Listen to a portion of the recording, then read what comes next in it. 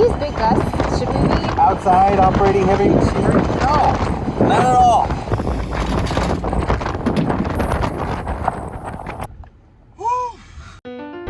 We're two hitchhikers.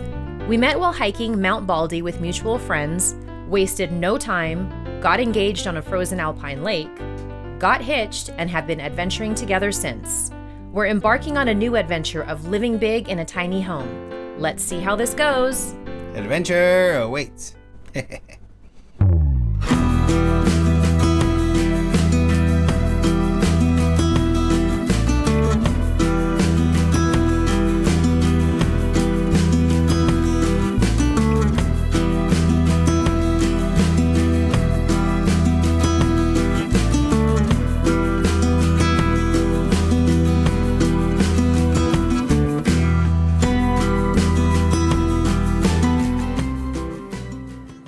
Good morning from the observation deck. So what am I doing up here? Well, it is a cool morning. We got down to 32 degrees, just at the freezing temperatures, and it's a beautiful sunny day. And Ruben actually is at a fire camp class. He has to get recertified every year to be able to do the response that he and the company that he's with, that they do for fire season and fire response. So anyhow, I'm here solo this morning. Hopefully he gets out early enough. And unfortunately, we are looking into the sun, but I am observing that patch over there that we had prepared earlier in the season because we are going to be planting some plants over there. We haven't disclosed exactly what we're planting yet, but I'm going to be planting some trees for some shade over there, and I'm up here observing from the observation deck the alignment of the rocks that I placed. I have to have them spaced out. Hopefully they all survive. So yeah, that's what I'm doing up here. So I'm going to hopefully get this situated and then do a little bit of digging. I won't be planting the plants today because we're expecting, sorry, the trees. I won't be planting the trees today. They're just tiny little sticks at this point. It's bare root. So we're getting a big storm coming in, lots of wind, possibly some snow. Again, we got hail yesterday 3 times, then the sun came out. It's spring, what are you gonna do? So I'm not gonna be planting those little saplings to be just yet, but I wanna get the placement down for those now. And then hopefully I can plant them after the storm passes in a few days. So that's what I'm doing this morning.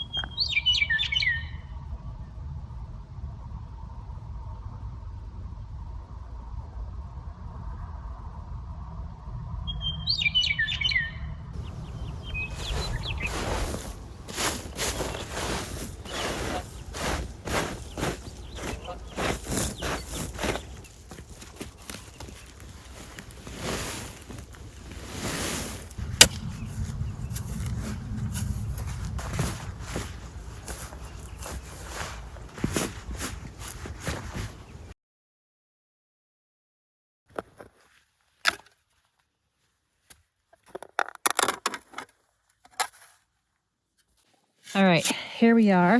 It's not terribly large. Well, it seemed like it was moving a minute ago. We're doing this with one hand, y'all. Oh, here we go, here we go, here we go. Okay, normal size rock for here. So as you can see, I dug the hole for tree number 1. It's not a perfect circle, oops, but it doesn't need to be. I just wanted to dig out a little bit more than I needed to, or actually quite a bit more than I needed to, just to give the roots some loose dirt and soil to work with, because as we always talk about, we have good dirt, but it's really compacted. Plus, we have our rocks, and I dug out these 2 rocks. You can see the size of my glove. So because these almost saplings, they're still really delicate, their roots would not be able to get around those quite so early in their life stage. Once they're bigger, they can move all the rocks around that they want underneath, however they work their magic, but right now we need to help them along. So I have the pile of dirt here. Now it's loose. Once I plant the trees in a few days, maybe next week, that dirt will be loosened up and it will allow those roots to spread out. So I've got hole number 1 dug. I have to dig 2 more. So I've got a rock there and the other marker.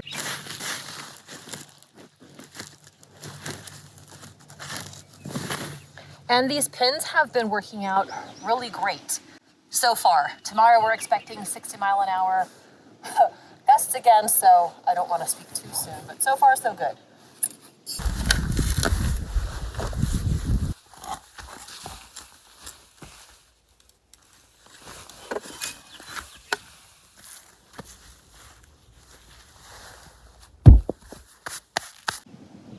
He's a big fat sucker. He feels fake. I will put him somewhere safe.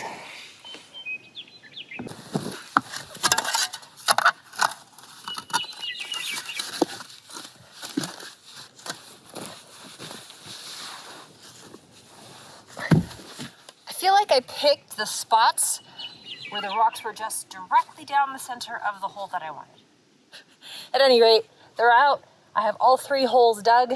Now I just need to batten down the hatches here with all of the weed fabric that I unpinned.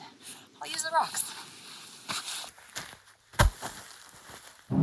So I get to recertify for my fire training card, and the reason why we do this is basically to familiarize ourselves with the protocols necessary for us to stay within communication, know the proper safety procedures, and prove that we know how to use the fire safety tents. The importance of this is actually so that we can clarify in communications. One of the most dangerous things that you could possibly do in a fire is actually not have the proper procedures of how to communicate between multiple agencies all dealing with the same fire. There's plenty of horror stories that I don't ever want to be a part of, and as mundane as these classes can be, there's distinct knowledge that you have to take in while you're doing this kind of work, because of how dangerous it is and how necessary it is for us to be able to communicate and understand what everything is happening. Well, I'm probably like an hour out or so, but if we had the bucket, would be much better than the auger on there. Correct. So we finally got the window opened up so that we can get the backhoe. So there are a couple of things that we need to take care of before we can do that. I have to get the low bed trailer ready to accept the backhoe, and then I have to go over and switch out a component on the backhoe that makes it easier for us to transport. So many things to do.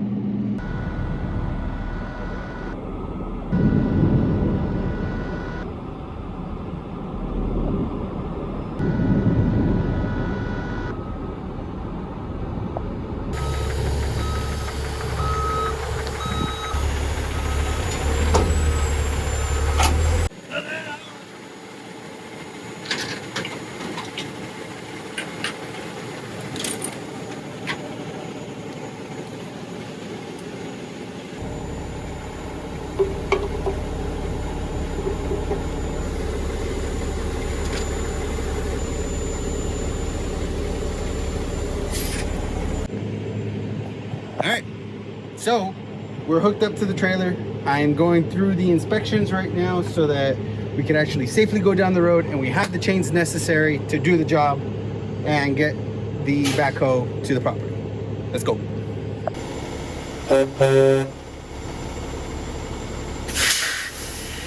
So we're in the process of changing this from an auger bit to a excavating bucket, and yeah, it's about to get messy.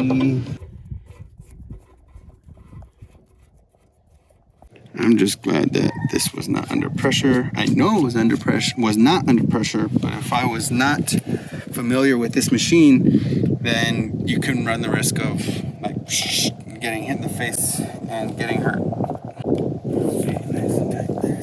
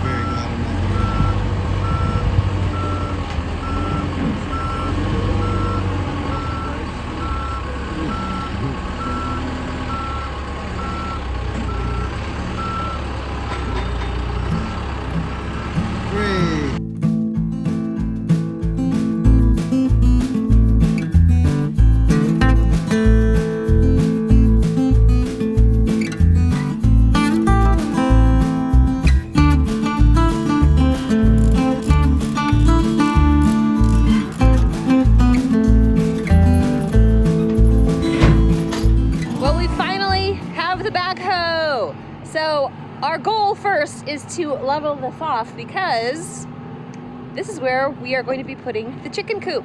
Yep, we're getting chickens this spring. So before we knew we had a chance to get that this weekend, actually halfway through today, we were just gonna start doing this manually. So we have the shovels, the pickaxe, and all of that ready. But then we got the call that it was available, which is why we ran over to go help with loading it up. And we just got it over here, and he's trying to put the auger out of the way. That way we can just continue digging properly here. And there are rocks, so I guess I'm gonna be doing a lot of moving of these around, as usual.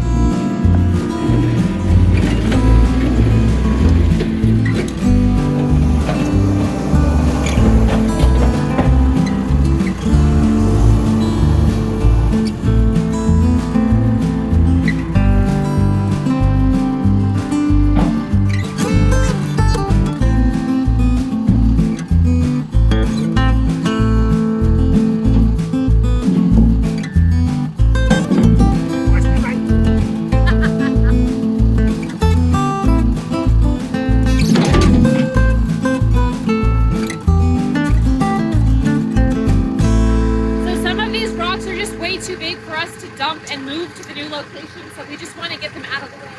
We're separating them by putting them in this bucket and then taking them where we need to, even if it's just right now.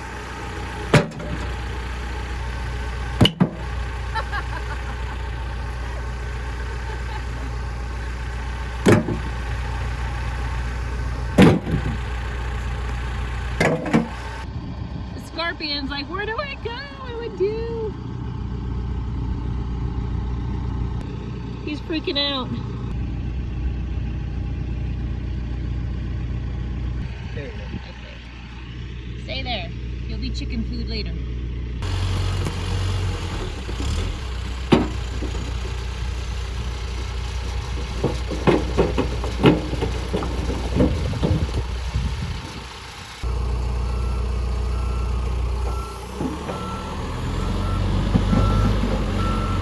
Stone.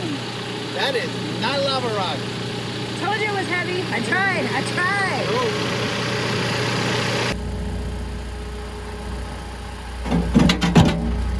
Good job. That was hit.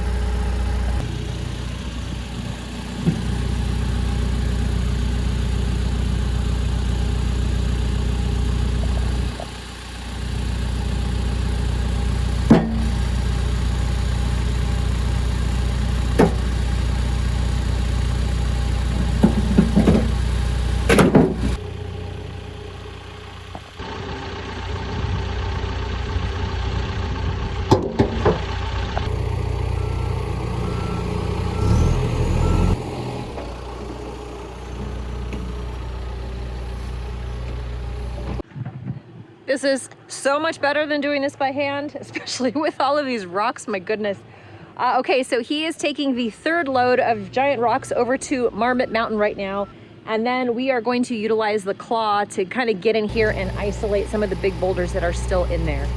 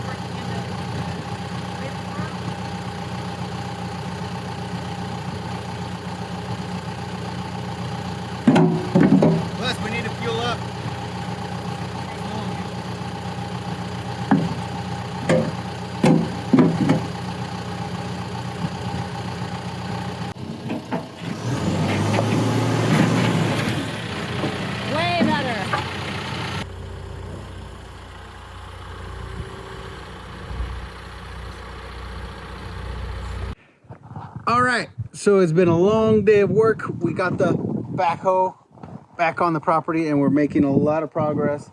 Hopefully tomorrow we'll be able to finish this off, but it's quitting time, people. It's time to go.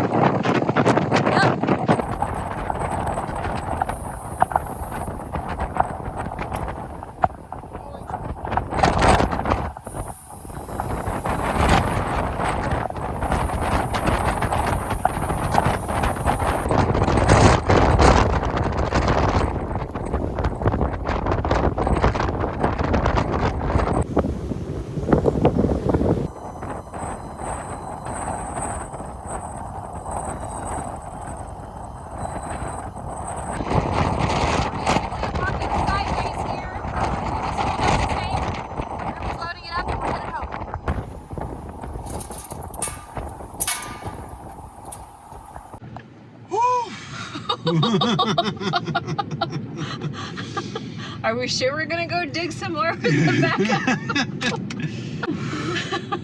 I was walking like I needed a V8. I was like this outside. But we got propane. And we got propane. That's a good start. All right, tally ho. Tally ho.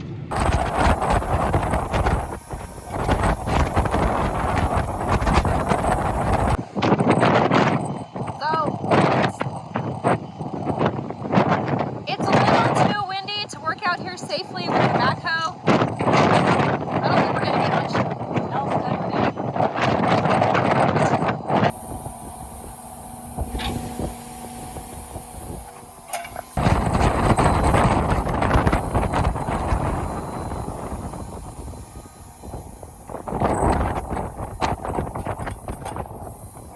Woohoo! So with these big gusts, should we be outside operating heavy machinery? No, not at all.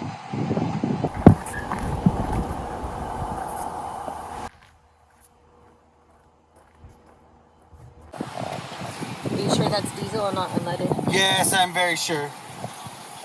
I'm gonna put diesel in the Dodge again.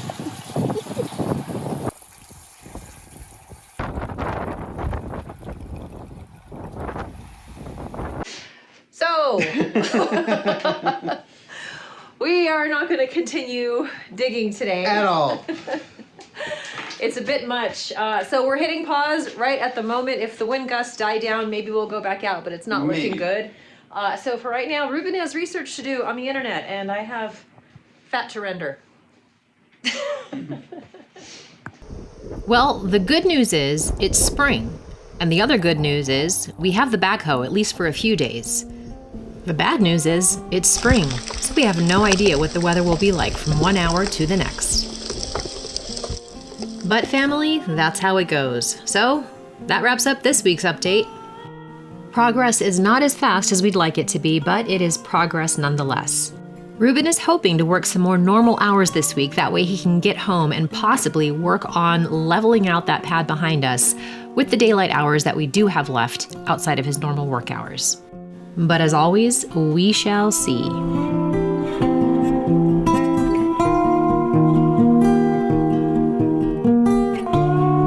Thanks for following along on this 4th fall spring of ours. Let us know what you thought in the comments below and give us a like if you enjoyed this episode. Thanks for watching, and we'll see you next week.